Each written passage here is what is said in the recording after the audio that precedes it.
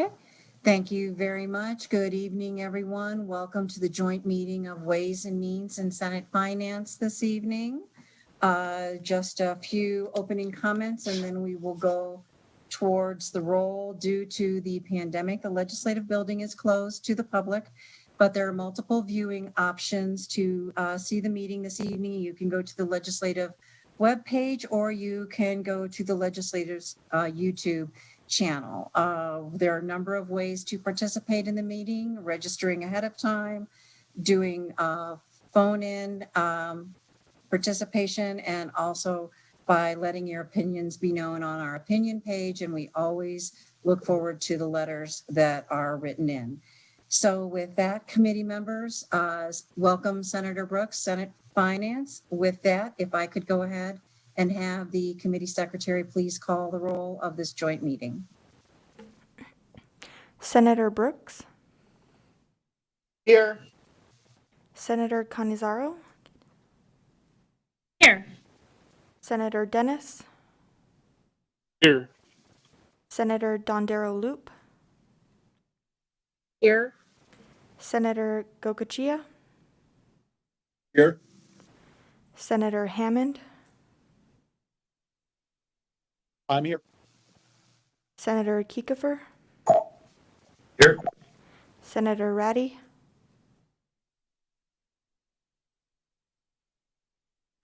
Here. Senator Severs-Gansert, Here. Assemblywoman Benitez Thompson, Here. Assemblyman Frierson, Here. Assemblywoman Gorlow, Here. Assemblyman Hafen,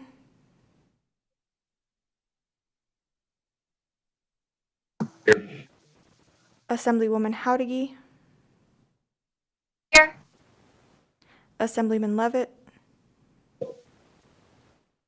Here. Assemblywoman Miller, Here.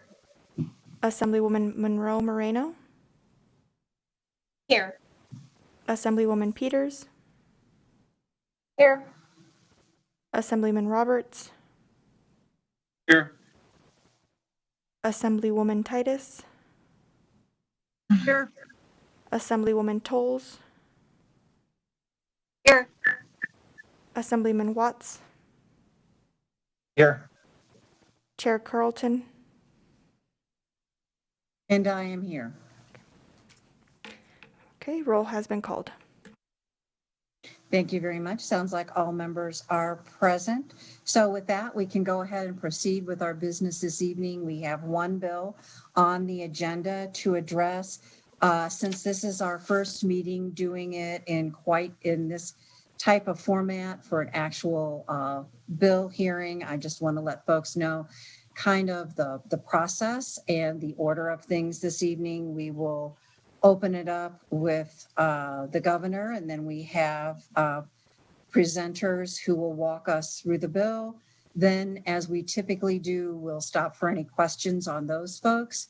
Then we will go to those in support, and then opposition, then neutral, and then we will do public comment. So that's the order that we will be processing all the folks that are in the queue this evening. So with that, I believe the governor is here with us. Welcome to the Joint Committee. Governor, please proceed when you are ready. Thank you very much. Good evening. Thank you for having me here tonight. I sincerely appreciate it. We're going to talk about the PETS bill, well known as AB 106. But tonight's Treasurer Zach Conine and GOED Director Michael Brown will walk you through the mechanics and the details of this specific piece of legislation and answer any questions that the committee may have. But before they begin, I felt it was important to appear before you myself and speak about this particular bill. First, I want to thank Speaker Frierson, Majority Leader Canizaro, Chair Carlton, and Chair Brooks, members of both committees, and the entire LCB staff for bringing forward this piece of legislation so quickly. I also want to thank the legislators who have worked to provide assistance to small businesses and nonprofits in their districts throughout this pandemic, including connecting them to the PETS grant program that will be discussed this evening. As you all know, small business represents almost half of the jobs in our state. They've been hit hard by this pandemic, and their creativity and determination serve as an inspiration to all of us. In October, I joined with the Treasurer Conine and GOED to launch a small business grant program using CARES Act funds. I want to thank all of the legislators who served on the Interim Finance Committee and made this program possible with your support. Under this program, eligible businesses and nonprofits could apply for up to $10,000 in direct grant funding that can be used for a wide range of expenses, much broader than federal funding that's been restricted to certain expenditures. The response to this program has been incredible, but also clearly demonstrated the need for assistance that exists throughout the state. In the months between October and the end of 2020, and with the approval of IFC, the funding for this program increased up to $50 million in an effort to match the needs of our small businesses. But we know the need continues. That's why I announced my recommendation to add another $50 million in funds to this vital program during my State of the State. If approved, the infusion of this additional funding will bring the grand total to $100 million, making this the largest small business grant program in Nevada state history. And that's a piece of legislation you have before you this evening. I know you've heard from many small businesses and nonprofits in your district over the course of this pandemic. Like all of you, I've had the chance to talk to many of them myself, including those have already received their PETS grant. For many of our small businesses, the funding they were provided was a difference between staying open or closing their doors. It was a difference between meeting payroll for their current staff or making excruciating decisions to lay people off. For our nonprofits, the funding resulted in being able to help more people in need, providing them the ability to serve more meals, connect to more resources, and help Nevadans get by or get back on their feet. These grants have served as a lifeline, and we know so many more will benefit from this program as we continue to navigate our way through this pandemic towards economic recovery. This program provides us something we can all agree on, that when we are able to provide help to those who need it during one of the most trying times in our state's history, we're going to get it done. This isn't a Democratic or Republican priority. It's not urban or it's not rural. Helping small businesses is a Nevada priority. I look forward to sending that message loud and clear with bipartisan support to the residents of our great state. I want to give a special thank you to Treasurer Conine and GOA Director Michael Brown and their incredible teams that they have working with them. The work that was completed in a short time frame to launch and implement this program was nothing short of amazing. At this time, I will turn it over to Treasurer Conine and Director Brown to discuss the mechanics of the bill and answer any questions that you may have. Thank you for your time. I look forward to signing this bill and working with all of you to help our small businesses and nonprofits survive. I appreciate your time. Thank you, Madam Chair. Thank you, Governor, very much. And I believe, do I have Mr. Brown next or the treasurer? I'll kick us off, ma'am. Thank you, Treasurer. Please proceed. Thank you. Good evening. For the record, I'm Treasurer Zach Conine, and I want to thank Chair Carlton, Chair Brooks, and the members of this joint committee for agreeing to hear Assembly Bill 106 tonight. This bill is absolutely necessary to ensuring that we can provide essential support to Nevada's small businesses, truly the lifeblood of our economy. In the middle of a global pandemic that resulted in one of the greatest economic downturns in history, Nevada's small businesses have been forced to make tough choices, from making decisions about whether or not to keep the lights on, who can be kept on payroll, whether to pay rent or utility bills, and finding a way to pivot and adjust more quickly than ever before. COVID-19 has shown us the resilience of the small business community. To date, the Pandemic Emergency Technical Support, or PETS, grant has grown from a $20 million program to a $51 million program and has been able to support over 4,500 businesses, arts and culture enterprises, and nonprofits who have been in desperate need of assistance during this economic crisis. For many of the people who have received a PETS grant, it's been more than just a $10,000 check. It's been a lifeline. It's been a glimmer of hope in a time when it seems like dreams have to be put on hold. But most importantly, it's it's been a sense of relief to business owners and their employees, who now know that we are going to get through this pandemic stronger together. Broadly speaking, Assembly Bill 106 is seeking to continue on the great work that has already been done by my team, the Governor's Office of Economic Development, by adding an additional $50 million to support businesses and nonprofits who applied for the PETS program and have been patiently waiting for some much-needed economic relief. As the governor mentioned, this would make the PETS program the largest small business assistance program in Nevada history. That's something I'm very proud of, and I can't possibly fully express my gratitude for the work under this program that's been done by a dedicated team of 5 public servants working nights and weekends to keep thousands of businesses afloat. When Director Brown and I worked to design this program with the governor's office in October, we wanted to create a program that was easy to understand, easy to apply for, and that would ensure that businesses didn't have to hire an attorney or a CPA to gain access to funding. In prioritizing disadvantaged businesses, those businesses most impacted due to COVID-19 restrictions, and nonprofit organizations that previously did not have access to other forms of assistance during the pandemic, we have worked to make sure that our relief efforts have targeted areas where the larger federal programs, like the Paycheck Protection Program, have been less effective. By prioritizing restaurants and bars, we've worked to make sure that our vibrant service industry has the chance to shine again. However, we still have much work to do. There are thousands of businesses that still need help, and this additional $50 million will help to ensure that over 9,000 businesses are able to receive assistance under that program. With that, I'll pass to my partner in this work, Director Michael Brown. It's been a pleasure working with him and the governor and our teams to make sure this program has been and will continue to be effective. With your assistance, we look forward to quickly deploying this capital and then taking on other challenges and opportunities of our economic recovery. Thank you, Chair. Thank you, Treasurer. Director Brown. Yes, thank you, Madam Chair, members of the committee. This has been a pleasure to work on this program. The Federal Reserve sent really strong signals that we needed to do everything we could to help small businesses. You know, government has been very good over the centuries of stabilizing financial institutions, but stabilizing coffee shops is a different challenge. And tapping into the CARES Act resources when they became available, the Treasurer and I worked to design this program. We had first rolled out a program for commercial rental assistance called the Craig program, of which we had, it was $20 million set aside for that. That program proved to be quite complicated for small businesses to participate in. And we had expended just under $10 million to help small businesses pay their commercial loans, pay their commercial leases and meet their landlord obligations. So when we went to this program, we wanted something much more simple, much easier for businesses to participate in. We brought that to the committee. The IFC made very good suggestions on this and how we should roll it out. We incorporated almost all of those suggestions, I think actually all of them. But more importantly then, as the program started up, it was oversubscribed. Governor asked for another $20 million to be put towards it, which we were able to do. And then towards the end of last year, as we were racing to what we thought was going to be a hard stop for the spending of CARES Act dollars, the IFC in December provided additional money and brought it up to $50 million. That still left a group of applicants out there that we weren't able to fund. We are fully prepared to move forward to fund those when these resources become available.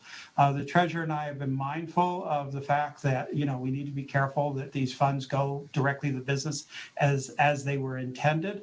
We've had a staff process to look at the applications as they've been filed. And then the Treasurer and I each take a look at the applications as they come through. And if we can't identify the business, if we don't find it online, if we don't see a website, we can't find a website, if we can't be confident, if let's say they have an LLC, that the Acme LLC, but they turn out to be a teriyaki restaurant, we pick up the phone and we call them and we talk to them. And we make sure that this is a legitimate concern here in the state of Nevada. And in the process, the Treasurer and I have been able to talk to hundreds and hundreds of small businesses across the state. And it has really helped shape my views of how we need to step up after the pandemic to support small businesses in the state, and gave us great insight into that. And so there was this little extra compliance check, and he and I spent many, many weekends and many, many evenings going through that to make sure that we could actually locate these businesses. In closing, I'll say that this is a strong program, and maybe one of the strongest in the United States. National Governors Association complimented our initial efforts on this, and now now that we have flexibility to use resources into this next year, we are fully prepared to move swiftly to get the funds out to the remaining businesses some of the remaining businesses that are in the queue. We'd be pleased to take any questions. Thank you. Thank you very much, Director Brown, and thank you, Treasurer. So I guess I'll open it up with a couple basic questions to get a few things on the record. And committee members, without the chat function this evening, if you would like to ask a question, please just state your name and I'll try to recognize you in an order for the questions for our presenters this evening. So, Mr. Brown, Treasurer, you elaborated on the accountability, which was one of my first questions. So thank you very much. It's good to hear that accountability component has been built into the system. I guess one of my bigger questions would be, will businesses that have already received assistance be able to reapply? And if so, will there be a priority list of how you address those, or will it strictly be those that have not gotten assistance yet, and then back to folks that have already gotten assistance once? Treasurer Conan, for the record, thank you for the question, Chair, and I appreciate it. And if I can just say, calling those small businesses has been by far the best part of this. We've actually got a fair amount of our Christmas shopping done from folks that we called along the way. But when we are looking towards the new money into the program, the goal is to clear out the queue of businesses that have been waiting patiently since the middle of October. And that's our first step, right? To get $50 million additionally out the door to folks who had already applied. If future money becomes available, we'd love to reopen the program for new and recurring applicants, but we really want to make sure that everybody gets helped a little bit before we move on. And one of the reasons why we are making those calls is because I know folks wonder, what about a business that perhaps has unfortunately had to shut down since the beginning of the pandemic? Going through that process allows us to make sure that the money is going directly to businesses who are still open, who still need it. And thank you, Treasurer. How about how many people are in the queue right now? So we originally received about $148,484,800 not about exactly, into the queue, which was 13,548 applications. To date, we've funded about 4,600, and we should get through about 9,250 by the time we're done. So there's still going to be some individuals in the queue who don't get funded. Also worth mentioning, there's some individuals in the queue who won't get funded, either because they didn't meet the original criteria of the program, perhaps their business opened after the beginning of the pandemic, or because they don't have a presence here in Nevada. And that's really been one of our big points here. We want to make sure that we're not giving money to LLCs that exist here, perhaps for tax purposes, but don't actually have any locus in the state. Thank you very much, Treasurer. So with that, I would be happy to open it up to questions from the committee. Madam Chair? Senator, I believe I have Speaker Frierson first. Thank you, Madam Chair. And actually, you asked a question I was going to explore about whether we're talking about new applicants or existing applicants. Just a couple of questions.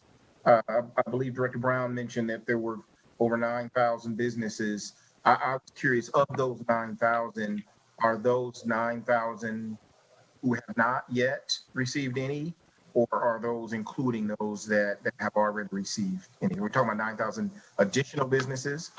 Treasurer Conan, for the record, it's 9,000 total businesses. That's the universe that'll be funded at the end of this. We've funded about half of them so far.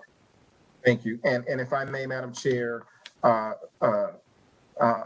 Treasurer, could you kind of talk about the timeline and, as far as from applying to hearing back to distribution? I know that is, kind of it's an important issue, and we're here to not only consider this policy, but assuming that this moves, we want it to move as fast as possible, but as efficient as possible. So I just wondered if you could kind of talk about that process and timeline. Treasurer Conine, for the record, absolutely. And I think that's a really good point and actually allows me to thank you, Speaker, some of the other partners that have made this so effective. We've worked with the Controller's Office and GFO to really shrink the timeline of state payments to make sure that as soon as something comes in to be approved, it gets reviewed and confirmed and approved. Typically, the process works something like this. A person has applied. That application period was open for 4 days in October. We now have a queue of applicants. We prioritize those applicants based on the prioritizations laid out before IFC, but primarily we wanted to make sure we got money out the door first to disadvantaged business entities. That would be people of color, women-owned businesses, veteran-owned businesses, and we expanded that definition to include businesses owned by individuals who are disabled.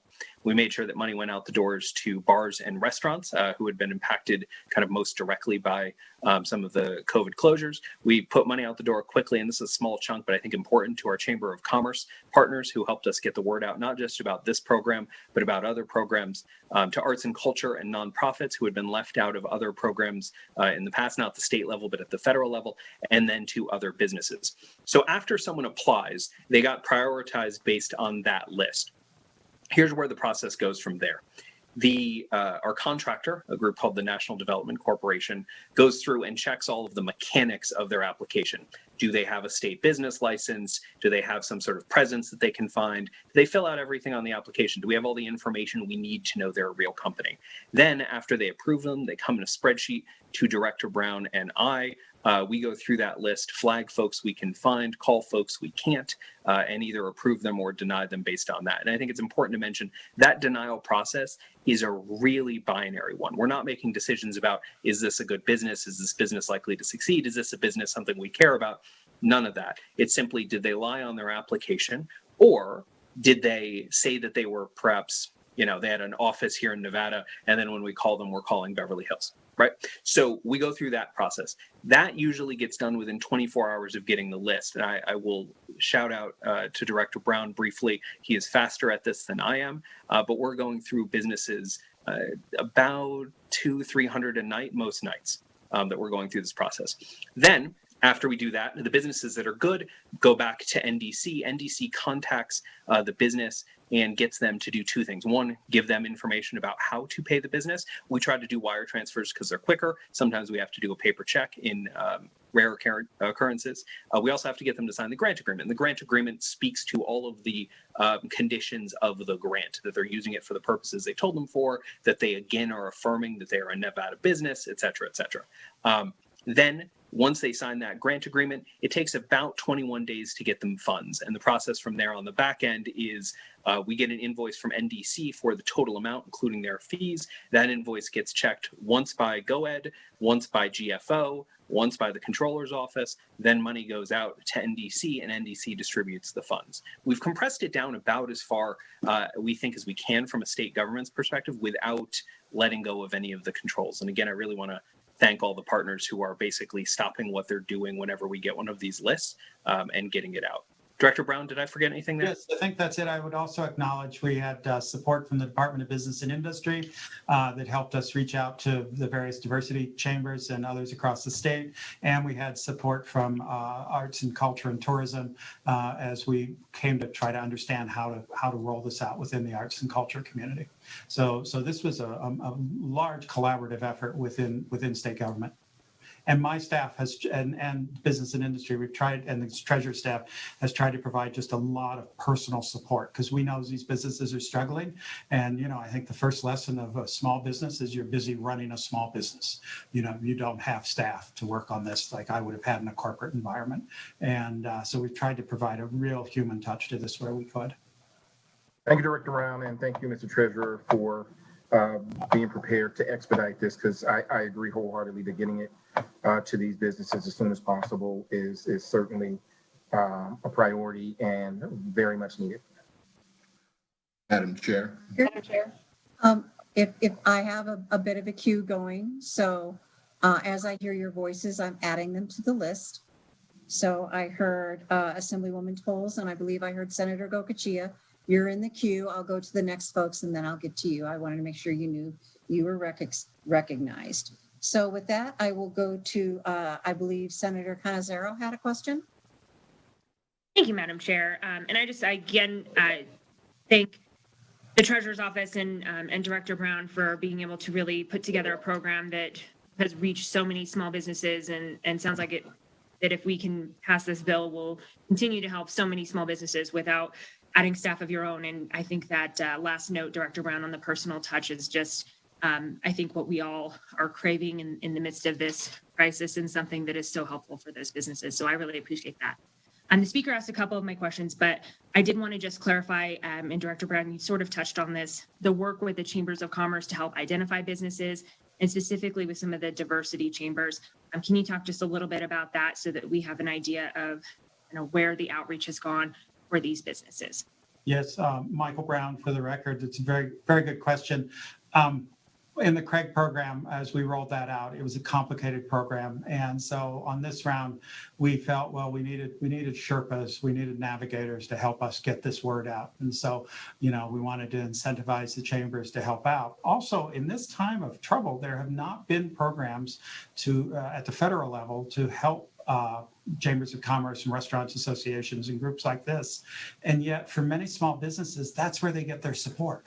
That's where they get their help. And so we wanted to do two things. We wanted to tap their expertise so we could reach out to as many members as we could across this large, diverse state.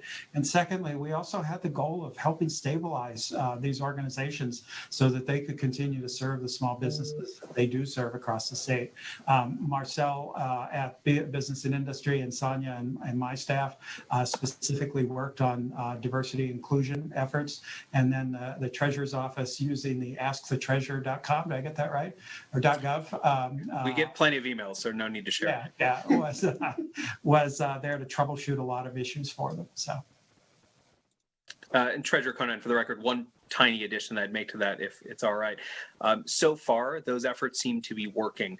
We've about 68% of the $50 million that's gone out so far has gone to disadvantaged business entities, which for programs like this is astounding. When we look at the amount of money in the PPP program that's actually gone to businesses who need it the most, it's much less, right? It's usually disproportionate in the other way. So we're really, really happy that that's worked. Great. And again, thank you, Madam Chair, for the comments, and thank you very much for what I think is a really important program. Thank you, Senator. With that, I will come back to the Assembly. I have a question from Dr. Titus. Thank you, Madam Chair. Appreciate the opportunity to ask a question. Thank you for presenting this. It is critical to Nevada businesses. And I just need I need some background, I think, because I thought I heard you say, Mr. Treasurer, that we had $148 million that you had received for this program. Is that the figure I heard you say?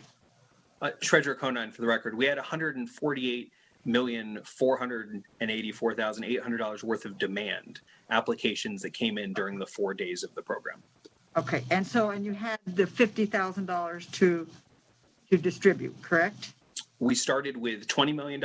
We added 11 to that to get to 31, and then added 20 more to get to 51. So where did this additional $50 million come from? So you've spent the original stuff, you did the timeline. Now we have another $50 million. Was this something that you already had in the CARES Act? Did you just get this last week? How long have you had this pot of money? Treasurer Conan, for the record, I'm going to take a shot here, but I know that Chair Carlton and others have a ton of experience on the budget side that I don't have. So if I make a mistake, please feel free to digitally throw something at me. The last 50 is actually a repurposing of money that was originally from the CARES Act, then put into the general fund to deal with reimbursable expenses under the CARES Act, and now is being reallocated from the general fund back into the PETS program, which is one of the reasons why in the bill language it needs to be spent prior to the end of the fiscal year where the money will happen. And just for the record, we have absolutely no concerns about spending that money by that deadline.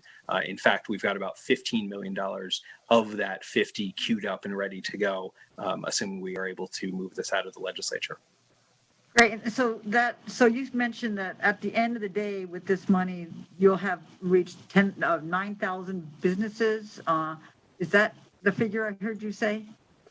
Yes, ma'am. By our calculations, it's 9,263. Treasurer Conan, for the record, we do have a $3,500 kind of carryover there that we're going to have to figure out, but we'll get there. Okay, very good. Thank you. Thank you for the information, and thank you, Madam Chair, for the question. All right, Dr. Titus, and if you need any other information, I'm sure staff would be willing to walk you through all the nuts and bolts. But Treasurer, you did a good job doing it in English, so we appreciate that. So with that, I believe I'll go to Assemblywoman Miller. Thank you, Chair. My question is, every time I hear the term small business, I know that there's many definitions of what determines a small business. So could you explain that for the eligibility of this program, what guidelines or parameters are being used to determine the definition of a small business? Michael Brown for the record. Yes, there are many different definitions of what a small business constitutes. We chose to really focus this towards micro businesses, and so we used the conventional 50 employees and under. Thank you. That was my question. Thank you, Chair. Thank you, Ms. Miller. Thank you, Mr. Brown. I believe I have Ms. Tolles next. Thank you so much, Madam Chair, and thank you for bringing this bill forward. Thank you, Treasurer and Director, for making those phone calls and for all the work that you put into looking at these programs and refining them as we go. It's really easy to look at these numbers and sort of speak to these things in a hearing level and just forget how personally painful this has been for so many individuals, those small business owners, those couples, those families, those employees. And I just appreciate that you've taken that personal time to call them and have those conversations with them to feel that pain, because it's been very real for so many Nevadans across our state. And I hope that we get to a place where they don't need to keep having assistance and we can open up more and more and get back to business. I know that's their dream as well. In line with Chair Carlton's questions around, or just acknowledgement of the accountability piece, I know that we will be hearing in IFC on or before June 30th as to how these funds were utilized. I'm wondering, though, on a transparency level, how that information could be made more readily available to the public, perhaps as this program progresses, if there's a way to post that on the website in terms of just advertising not only how to take advantage of this program, but also how many businesses are being helped, who's being helped, how that selection process is being conducted, so that there's that transparency piece for the public. I think that would be very important. Treasurer Conan, for the record, we completely agree. We're collecting a lot of data as far as who is applying, where they're applying from, and what they're using it for. We're going to take that data and try to present it in the most effective way possible. One of the things we have seen, just from a disclosure standpoint, is that scammers have been using all of the information that was posted on PPP loans to actually target businesses. And since the businesses we're dealing with for the most part are really micro businesses who wouldn't necessarily have the protections in place for that, we want to be a little careful about what information we release, but of course, all the information from a demographic perspective, locations of businesses, et cetera, will be available. Yes, Michael Brown for the record. First off, I will never go on Jeopardy with the treasurer because he's so much faster at the button than I am. But let me say that, I've had businesses break down and cry when I've called them, because it really makes the difference for them. And then we have the businesses who've never done a wire transfer. That's just not part of their equation. We have the businesses that, their accounting, is really just filing their taxes each year, and so, we're really talking about very small businesses. And so I appreciate your comments to some of them, because it's been a very touching experience to work on this. We will produce a robust report, and we already have statistics on how the geography is across the state, and it's distributed population wise. It's kind of sorting itself out, north, south, and rural. And I think this is a program that Nevada is going to be very proud of. And so we'll have a robust report at the end. Leader Titus had also suggested that, we canvass some businesses afterwards. In one of the IFCs, she mentioned that, and we made note of that. And so we're looking maybe to do something on SurveyMonkey or something like that, just kind of find out from businesses later on. Right now, like I say, when we thought we were facing a December 30th deadline, it was all about process, approve. How do we get this out the door? Thank you very much, Treasurer and Director. I'll go back to the Senate now. Wouldn't want them to think we weren't paying attention to the Senate. So I believe Senator Gokachia had a question. Thank you, Madam Chair, and Director Brown and Treasurer Conine. First of all, I want to really thank you for being so accessible in October and taking my phone calls as you guys moved into this process early on. I just got a question. Did some of this money, again, we had $10,000 direct grants. Did some of it go to nonprofits and chambers? I'm just doing the math, and you said 9,000 applicants that would be funded, but then we've got 100 million, so that doesn't quite equate in my world. Did some of this money was it accessed in a different direction? Treasurer Conine, for the record, so two things that go into that number that I think are worth noting. One, there is a fee for the National Development Corporation to do the heavy work on getting the money out the door and do the inspection. And they've got a team, more than a dozen people who work on just the mechanics of are the applications there, plus the fees to use the system are baked in through them. Additionally, arts and culture organizations and chambers of commerce were able to get up to $20,000 if they met certain criteria on a size basis. And that primarily is, at least on the arts and culture and the chamber side, because there hasn't been any money available for them through any of the programs. And I appreciate that, but I would like to see a breakdown of that, just exactly how much went to small businesses in the $10,000 and where the balance went, because it is a significant number. But and again, as Director Brown said, the people out there, especially in my rural communities, those people that just filed their taxes, and they were just trying to struggle and get through this. They're trying to work their way through it. We had conversations early on about how essential this process being as simple as it could be, and it did work. And I think that's we can clearly see that because of the demand. But again, I want to thank you both. It was a great job. You didn't have to do it. Treasurer Conine, for the record, just to give some big broad numbers, once we get that $101 million out the door, approximately 13 million of it will go to arts and culture plus chamber plus nonprofits. So the delta, about $87 million, goes to small businesses directly. Thank you so much. Of course. And thank you, Senator. And we plan on asking for all these final details once they get to the point of finishing up the service. We'd much rather have them serving the small businesses now and then answering our questions afterwards to get us that information. So I believe Ms. Howdige's question was already answered, so I can move on to Assemblyman Roberts. Thank you, Madam Chair, and thank you both, Mr. Brown and Treasurer Conine, for bringing this forward. In all the work you've done leading up to this, I mean, small businesses are really hurting in the state, and all you've done is really, really outstanding. My question is more towards a procedural. So I'm new to the committee. I'm new to how monies are moved and so forth. And I see that these are current general fund dollars that we've realized from savings from COVID money from last year. I'm just curious, and maybe it's not for the treasurer, Mr. Brown, or maybe the chairwoman or staff. Is it necessary to move this money through a bill, or could we have done this through IFC?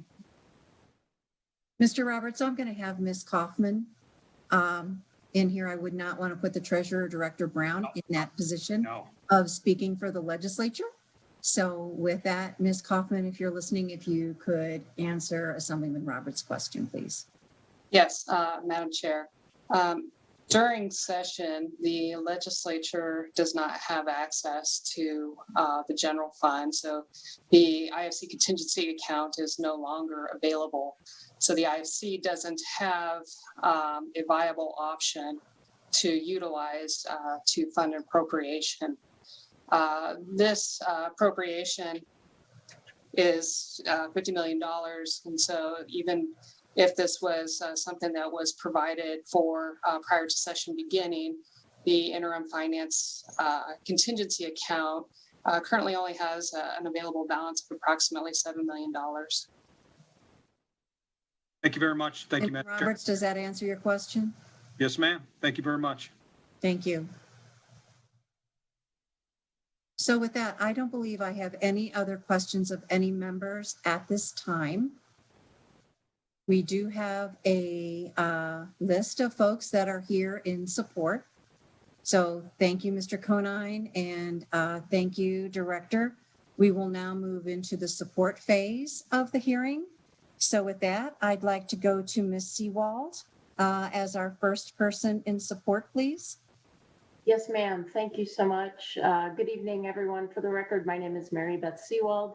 It's S-E-W-A-L-D. I'm the president and CEO of the biggest chamber of commerce. First and foremost, I want to thank Governor Sisolak, the state treasurer, Conine, the legislature, and GoEd, of course, for their efforts in providing an additional $50 million to Nevada's struggling small employers. Treasurer Conine talked about, and so did Director Brown, talked about businesses who have talked to him with tears in their eyes. I have also seen that many times, members of the biggest chamber and non-members alike who have shared their dire need for funding. And so we are so appreciative that this funding is being made available. Because of COVID, as we know, our state's employers continue to face these unrelenting challenges. Nevada's companies are fragile, and many of them are still struggling to survive because of this pandemic. And too many of them have had absolutely no choice but to close their doors. And so these small employers, they're our neighbors and our friends and our family members, and they're fellow Nevadans. And so with programs like the PETS grant, those give our small businesses a little bit of hope, a lot of hope actually, by providing the resources that they need to survive and recover, and of course preserve those important jobs that are so important for the state of Nevada. And so in the initial launch of the PETS program in 2020, of course, the Vegas Chamber members did benefit from a program like small women-owned employers like our chairwoman, Gina Bon Jovi, and you'll hear from her in just a few moments. Nonprofits, of course, like we talked about already, startups, and then, of course, family-owned businesses. These grants not only help small business employers, but they also help save jobs. And that's what we are focusing on at the biggest chamber. And I know they are at the other chambers across the state as well. And so continuing to support Nevada's small employers is absolutely essential to our economic recovery. I know you all know that. Just want to emphasize that putting Nevadans back to work and diversifying our economy is what is our primary concern at the biggest chamber. And we can't tell you how much we appreciate the support on this particular PETS grant. We just want to thank you for your support of Nevada's small employers. Thank you for supporting them by passing this important piece of legislation. We want to dedicate more resources through this PETS grant program, and we just thank you so much for your support. Thank you very much. And thank you very much, Ms. Seawald, for being here this evening. And I neglected to mention, but you were well within your time frame. Please, those in support, keep your comments to 2 minutes as we move through the list. So with that, I will go to, I believe I have Ms. Barcelo next. Hi, I'm Cassandra Barcelo. My husband, Christopher Barcelo, and I own Empowered Cafe in town, downtown Las Vegas in the Grant Sawyer building. We employ people with disabilities. And so that's my main goal, is to employ people and train them with disabilities. We also train blind business operators on how to run their own business. So our cafe was very close to being shut down until I heard about the PETS grant. We had just opened last year, December 9th, actually. And then we were doing well, and then the pandemic hit. And so our business was completely struggling, and we did not want to let our employees go, especially our employees with disabilities. I remember the day that we had to close down because of COVID, March 13th. I went to tell my dishwasher that we had to close, and we both just started crying because we didn't want to leave our family. We had hired him, and after he had been turned down by a local casino saying that they didn't hire his kind here, which I was very disappointed about. So it was his shot, and we had to let him go. And then we reopened back when everything opened up, and then we struggled. We have completely struggled. Our building's open 25% capacity, and it's closed to the public. So we have to work with the state workers that we have, and we have to hope that they support us every day. And so the PETS grant just infused this capital for us to be able to keep those doors open and to keep our employees. We were about to make tough decisions where we were going to have to let our employees go, and just my husband and I run it. And we didn't want to do that. And it was right before Christmas. And then we got a phone call from Eric Jimenez.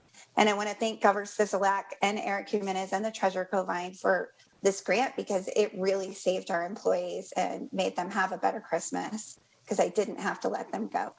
And I think, if you guys use this money again to help other small businesses, it could help small businesses come back. That's our backbone in Nevada, is our small businesses. And, we are very small.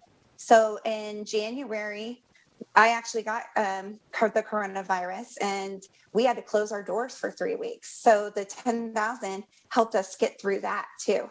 There's so many things that we could talk about, but it really did definitely help me keep my employees. It helped me get my inventory back up after having COVID and everything went bad. And it meant so much to us. It just really helped save our employees. This support matters as it helps other small businesses stay open in such an uncertain time. And we really would appreciate that you guys decide to pass this bill today and help other people. Thank you. Thank you very much. I appreciate you staying within the 2 minutes. So next we have Ms. Bongiovi, and if I said that incorrectly, I do apologize. In support. That's all right. Thank you very much. Good evening. For the record, my name is Gina Bongiovi, Bongiovi, and I have the honor of serving as the 2021 chair of the Board of Trustees for the Vegas Chamber. And I would also like to echo everybody's thanking Governor Sisolak for his leadership in making this additional $50 million in funding for the PETS grant program a priority in his State of the State address. And I also appreciate the efforts of the legislature to process this bill in an expedited manner so these funds can get to our small businesses as soon as possible. These dollars are desperately needed to support and bolster struggling businesses in our community, as you've already heard. I personally run a small law firm, and my primary clients are small businesses. So I've witnessed up close the hardships they've endured because of the pandemic. They've had to make so many difficult decisions in the past year, especially as they watch their PPP and EIDL funds run out before additional funds or recovery appeared on the horizon. Every pandemic emergency loan, small business grant, or financial assistance program is helping a small business like mine keep its doors open and keep people employed. Thank you very much for offering hope and throwing us a lifeline in these challenging times. I would like to personally thank GOED Director Brown and Treasurer Conine for spending their nights and weekends and making those phone calls, and for granting even my own business access to this program. So on behalf of our business community, thank you very much for supporting Nevada's small businesses, the job creators, through this legislation. Thank you very much. Next we have in support Jonathan and Ashley Bradley.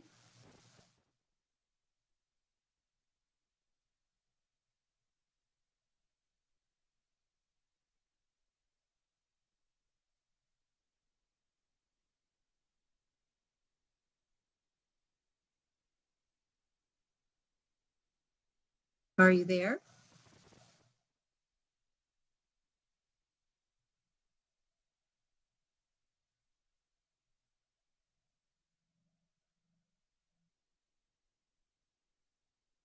I don't believe I'm getting a response from Mr. or Mrs. Bradley. Chair, this is broadcast. I'm sorry to interrupt, but they did not check in for the meeting. Okay, thank you. I had their name on a list. So thank you. I will move on from there. So with that, I will go to, let's see, next on the list is Ms. Giles.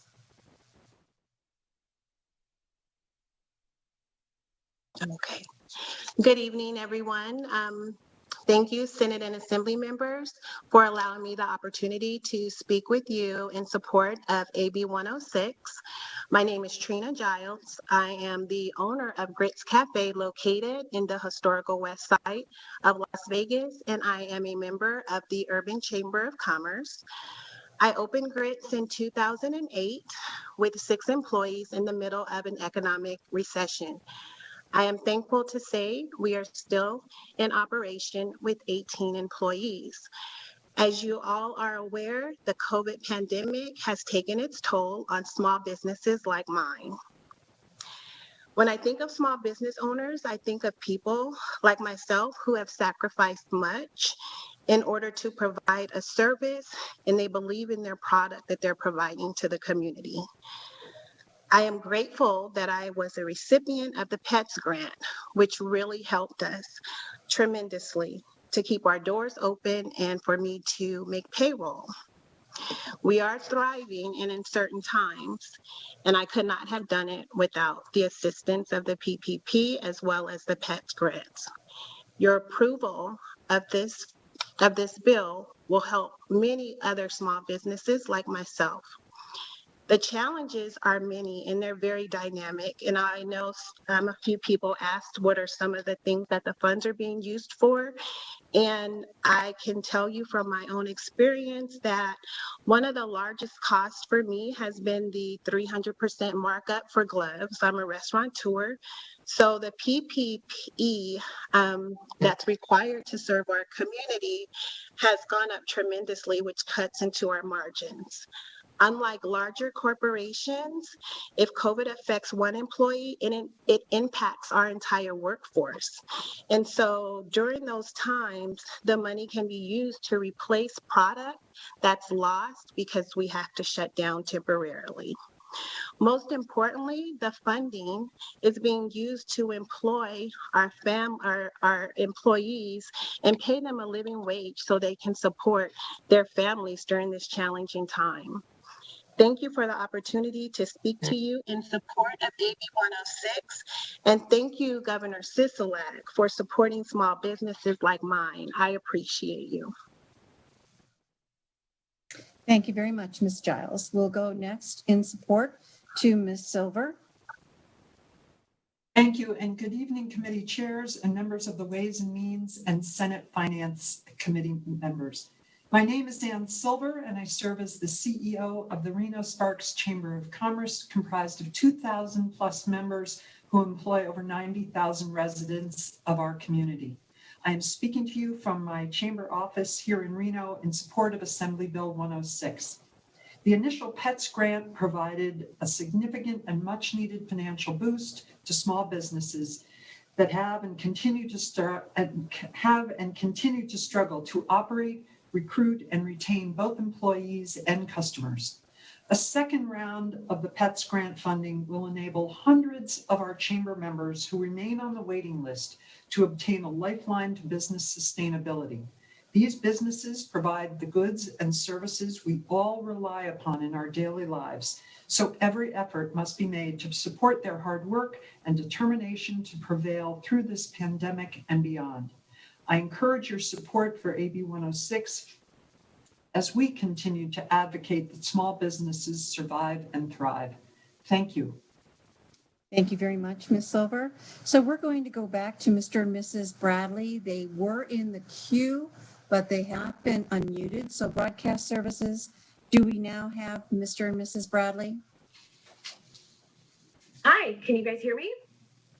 Yes, we can. I'm glad we got you. Sorry for the technical difficulties. No, it's totally fine. Thank you so much for having us here. So my name is Ashley, and I also have my husband. Hey everyone, Jonathan Bradley. So we own Spoonable, a Las Vegas family-owned food truck that serves made-from-scratch frozen yogurt and ice cream. And we're here to show our support for AB 106. As a PETS grant recipient, we can speak to the positive impact it has had on our business. In fact, it saved our business. Like other small businesses, we were drastically impacted by the pandemic. As a mobile business, we rely heavily on events and work really closely with schools. For example, we served the UNLV campus 4 days a week before the pandemic, understandably forced remote learning. In just a matter of days, we lost all business opportunities on our calendar for the entire year. But luckily for us, the PETS grant came at a time we needed it the most. We were able to pay past due bills, maintain current expenses, and most importantly, build the infrastructure to safely operate as we continue to navigate through the pandemic. One thing we were able to do is purchase a hand washing station that we can place outside of our truck for our customers to use. And these are things that maybe in the past we didn't have to think about. Unfortunately, our type of business is often overlooked for grants, and we hope other small businesses, including food trucks, also have the opportunity to receive the vital support during these trying times. We can't thank everyone who was involved enough for the support and help that our business received. Again, this support really saved our business, and we can't say thank you enough to anyone who was involved and helped us. Thank you. Thank you very much. I'm glad we got you into the queue. So with that, I believe we can go to Mr. Stonebarger next in support. Hello, fellow Nevadans. My name is Derek Stonebarger. I'm a small business owner. I own actually two bars. One of them has a restaurant license, and one of them has a temporary restaurant license. And one of them's Rebar, and one of them's Davy, and they're both on Main Street in downtown Las Vegas. On March 18th of last year, it's been almost a year now. When we were told to shut down, and along with everyone else, it's been a really tough year. I'll just say that it's been a very difficult year for business owners, not just bars and restaurants that were at least bars that were then again shut down for several months again, a second time. But it's still difficult, and I want everybody to understand that it's still extremely difficult for businesses right now. The pandemic isn't anywhere close to being over in terms of business ownership. When we're able to operate at only 25% occupancy, I want you to just take a simple example and think of you having to instantly only operate off of a 25% budget. Imagine how many people, how many deals you would be having to cut, how many paychecks you would have to, how many salaries you would have to cut. That's what we've had to do. And that's what we continue to do to this day. So the only way we've been able to survive is through grants like this PETS grant, which we're so grateful for. I told you earlier that I actually have two businesses, and this makes me unique. I have two bars on Main Street. One of them received a PETS grant, and one of them did not. So I'm literally one of the business owners that's on the cusp of that will receive this desperately needed funds if this is to pass. So you can understand why I would be in support of it. Along the way, we have been able to employ, keep our employees, bring them back to work after being closed for several months.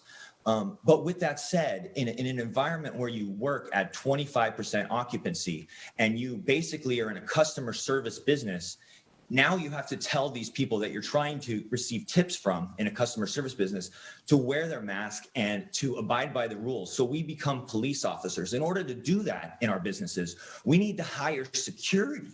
So on top of only being able to allow 25% occupancy, we also have to hire more employees, not to mention all the PPP and all the renovations we had to make. So, and I'm not complaining. I'm happy that we're allowed to be open again, folks. I'm not complaining, but I am telling you that we're desperate, and hopefully you can hear it in my voice. Earlier, Treasurer Conine mentioned that the paperwork on this grant was simple, and that's the truth.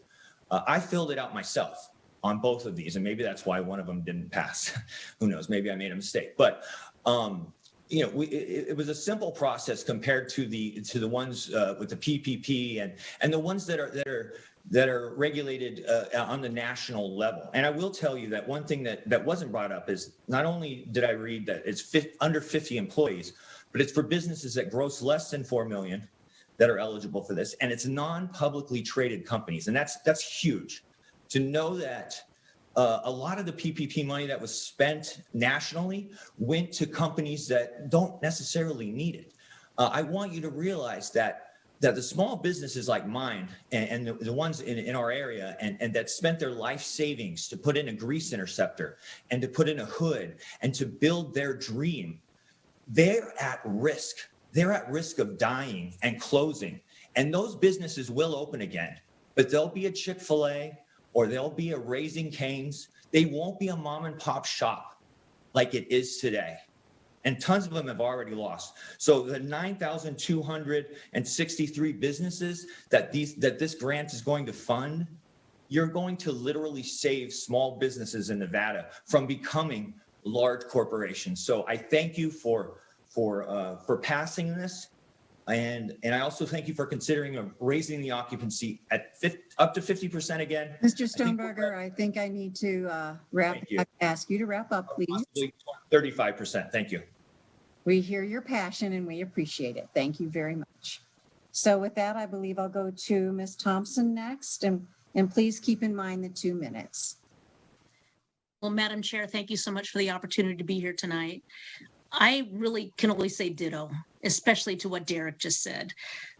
As long as I'm state director, Randy Thompson, state director for the National Federation of Independent Business. And for 78 years, NFIB has been the voice of small business across America. I want to say, Director Brown, I love you. You're fabulous. Treasurer Conan, thank you. Your guys' passion and your support of small business is amazing. But I am going to say, I never got a call from you, Director Brown. When it comes to representing small business, we have over 1,800 members across the state. So please, you have my cell phone. Please call me when you guys are ready to validate any businesses. But more than anything, I can't really say anything more than what Ann Silver and the chamber have said, and Mary and everybody else that has been on tonight. Thank you. Please support this bill. It is the lifeblood of so many businesses in the state. Not only am I the lobbyist for NFIB, I personally own a prenatal imaging center in Reno. We have 5 employees. We shut down in April. So I know what it means to close your business and try to reopen. And I can only just say, please let us operate beyond 25%. Please let us reopen our communities. Let us open our businesses. Ms. Thompson, I believe you're at your 2 minutes, please. Thank you, Madam Chair. To the specifics of the bill. So thank you very much. We appreciate that. So with that, I believe I have Sunny Benuya. I hope I said that correctly. Next in line of support. Yes, thank you. Good evening, Madam Chair Committee. Sunny Benuya, President of the Las Vegas Asian Chamber of Commerce, in support of AB 106 Pets Grant expansion. First, I just wanted to thank Governor Sisolak, Director Brown, Treasurer Conine, everybody involved in really building this grant and passing it now, hopefully. And we all know that many of our businesses are still barely hanging on as they optimistically wait for the time we get herd immunity and get our tourism and the ability to reopen at full capacity back. I admire these business owners' fighting spirit, as even with these hard times and conditions, they are all in. They have committed to stay the course and wait for the coming relief. In the meantime, any help that we can give them is very much appreciated, as they just need these grants to help them cope up with their business expenses, such as the PPEs, rent, payroll, supplies, etc. The PETS grant program is one of these programs that can make a real difference for them. Please, let's get these employers help. Let's remember, we're not just helping the business owners, but their employees too. Thank you again. Thank you very much. Thank you, sir, very much for being here. We appreciate it. That concludes the list of folks that signed in ahead of time to be listed in support. We did have one late sign in, and they are on the phone. So if I could have Mr. Armstrong on the phone up next, please. He is in support. Typically, we would have all of our support in the video mode, but because it was so late, he was not able to do that. So I'd like to go ahead and take him on the phone, please. So Mr. Armstrong, are you there?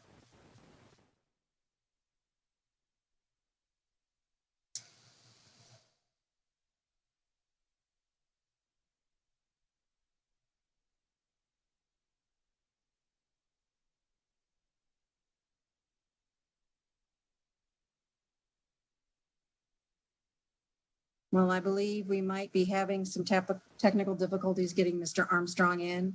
I apologize for that. So what we'll do is we're going to go ahead and go to public comment and broadcast services. You do have the public, we can open the public comment line.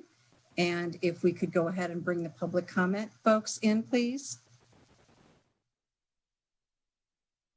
Okay, I will. Thank you, Chair. I will get this started with people in support of AB 106. To testify in support on Bill AB 106, please press *9 now to take your place in the queue.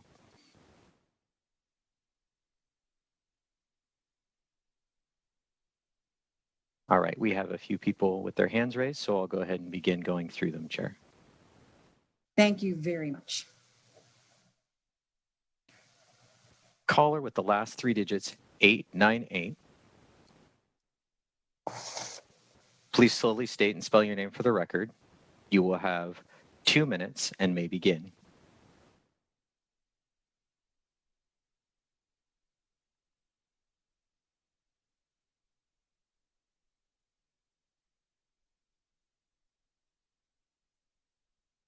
I'm going to try that again.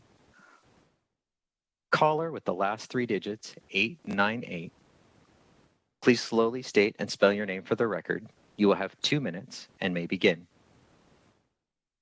For the record, my name is Annette Magnus, ANNETTEMAGNUS, and I'm the Executive Director of Battleborn Progress. We are in support of AB 106. We benefited as a nonprofit thanks to Treasurer Conine and his wonderful staff. We received the PETS grant. We also received the Craig grant after we did not receive a PPP loan after weeks of trying. And during the pandemic, we served people in our community, as many of you know, feeding people out of my garage, trying to make sure that we were getting resources to our community. But while we did all of that, our nonprofit also suffered, much like these small businesses have talked about tonight. We lost over $100,000 compared to the previous fiscal year at the exact same time, all while we did work for our community. Thanks to this program, we have now been able to keep all of our employees employed and continue to grow. I know other nonprofits and small businesses desperately need this funding. It has helped us so much, and our community is counting on all of you to pass this tonight. So please support this bill. It's good for nonprofits, it's good for the business community, and we desperately need it. Thank you again. Thank you, Ms. Magnus. If we can go to the next person, please. Caller with the last 3 digits, 505. Please slowly state and spell your name for the record. You will have 2 minutes and may begin.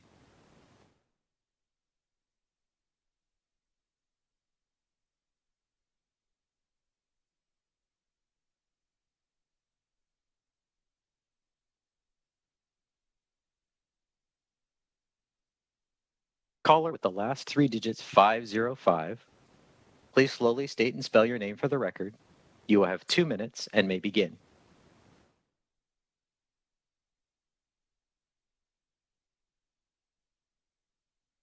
Hi, this is Peter Guzman, PETERGUZMAN. I am president of the Latin Chamber of Commerce, and I'm hoping you can hear me clearly.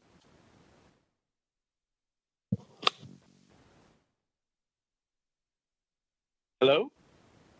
Please proceed. I'm here to thank Governor Sisolak, Treasurer Zach Conine, Michael Brown, and so many others that are behind the scenes working. What I can tell you is that for those folks who may not clearly understand how hard it is to meet payroll even before COVID. You can imagine now.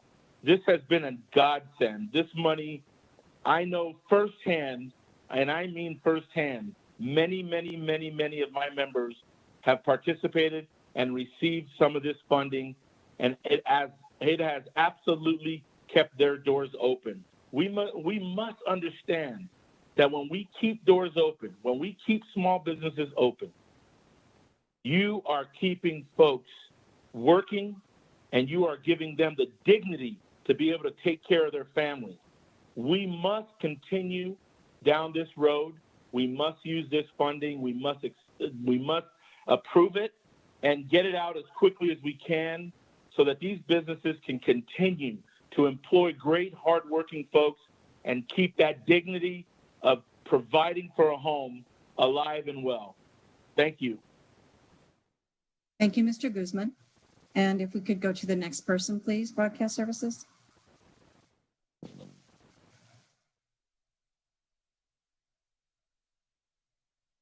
Caller with the last three digits, 590. Please slowly state and spell your name for the record. You will have 2 minutes and may begin.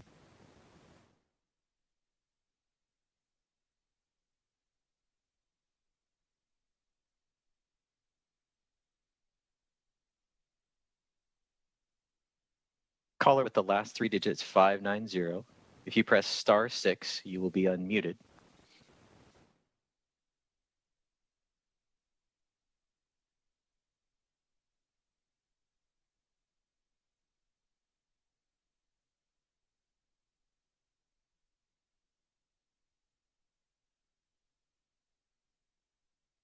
I'm going to move on to the next caller and see if I can get that one to work.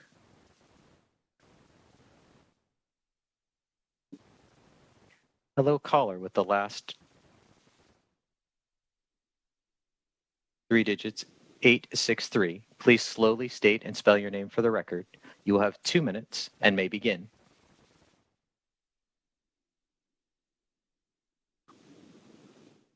Hi, good evening, Chair. This is Armstrong, ARMSTRONG.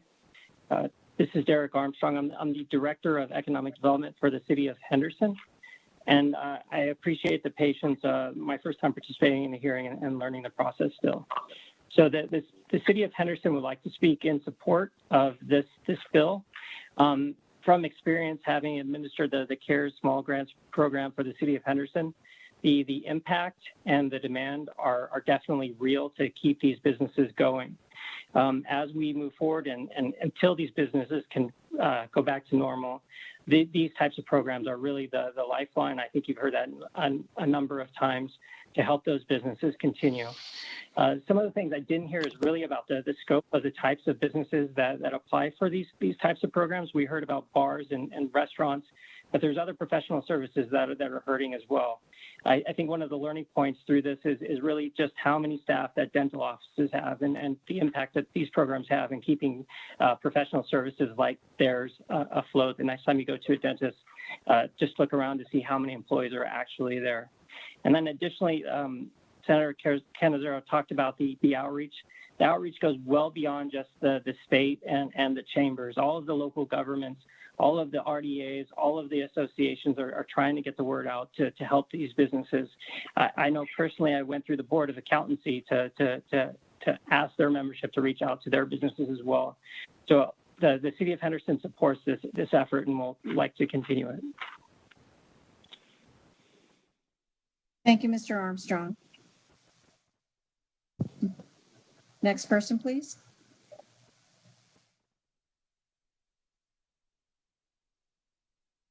Caller with the last three digits, 475. Please slowly state and spell your name for the record. You will have 2 minutes and may begin. Hi, Kelly Crompton, KELLYCROMPTON.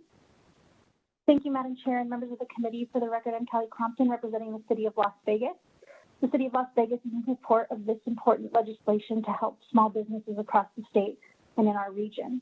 We thank Governor Sisolak, Treasurer Conine, and Director Brown for their work on this program and the committee for prioritizing this bill this evening. The impacts this legislation will have on our community is vital to the recovery efforts across the state. We thank you for your time and your support of this bill. Very much, Ms. Compton. The next person, please. Caller with the last 3 digits, 590. Please slowly state and spell your name for the record. You will have 2 minutes and may begin.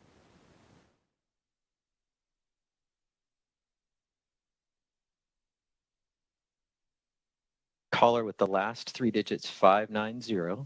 If you press *6, you will be unmuted. Hello, can you hear me? Yes, we can. Hello, Please can you hear proceed. me? Okay, perfect. My name is Bishop Bonnie Radden. I'm the CEO of the nonprofit entitled The Gathering Place. I came to Nevada shortly after the 2017 shooting and was asked to come actually by the Department of Health and Human Services due to the work that I have done in California around mass shootings and mass crisis. As a result, I saw some of the lack in social services and mental health. And 2 weeks after I came here, I started this nonprofit entitled The Gathering Place to meet the needs, particularly of the LGBTQ community. And we started that nonprofit and have been very, very successful. And then the pandemic happened.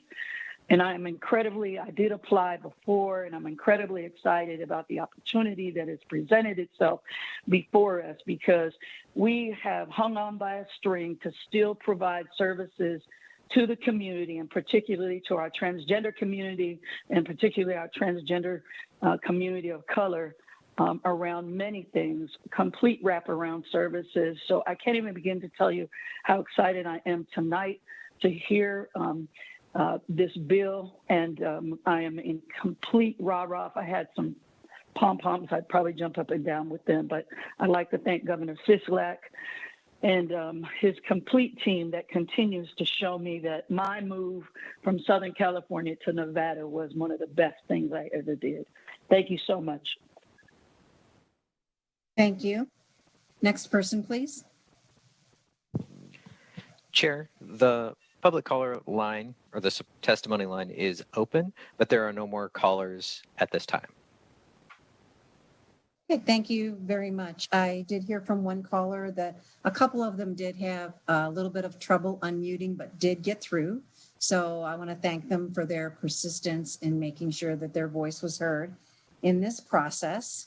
So with that, committee members, that is all of our folks in support. I will ask if I have seen no one sign in opposition, and we have no one on the phone line in opposition.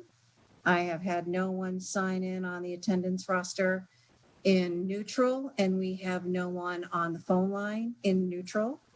So with that, committee, I believe the business of the hearing of AB 106 has been taken care of. Before I open it up for the public comment line, the method that we will be processing this evening is because we are in a joint meeting right now, we cannot actually take a vote on the bill until we are in a Ways and Means meeting.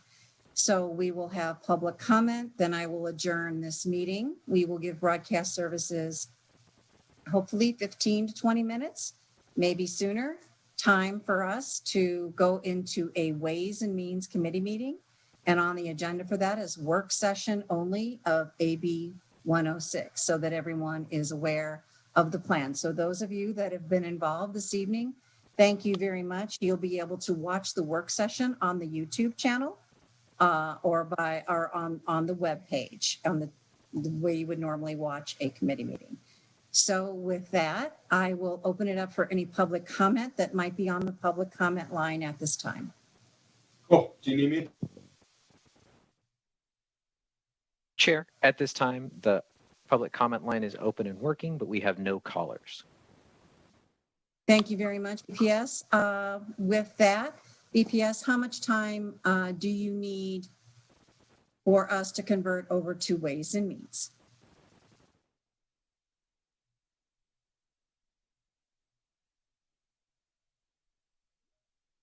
Chair, this is broadcast. We need about 5 or 10 minutes.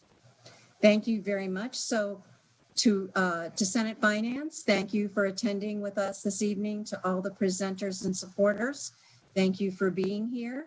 This meeting is adjourned, and it's the chair's intention to call the work session on Ways and Means to order in approximately 10 to 15 minutes. Thank you all very much. We are adjourned. Thank you, Madam Chair, for the opportunity for us to. Thank you. Thank you, Senator. Thank you. Thank you, Madam Chair. Thank you, everyone. Thank you.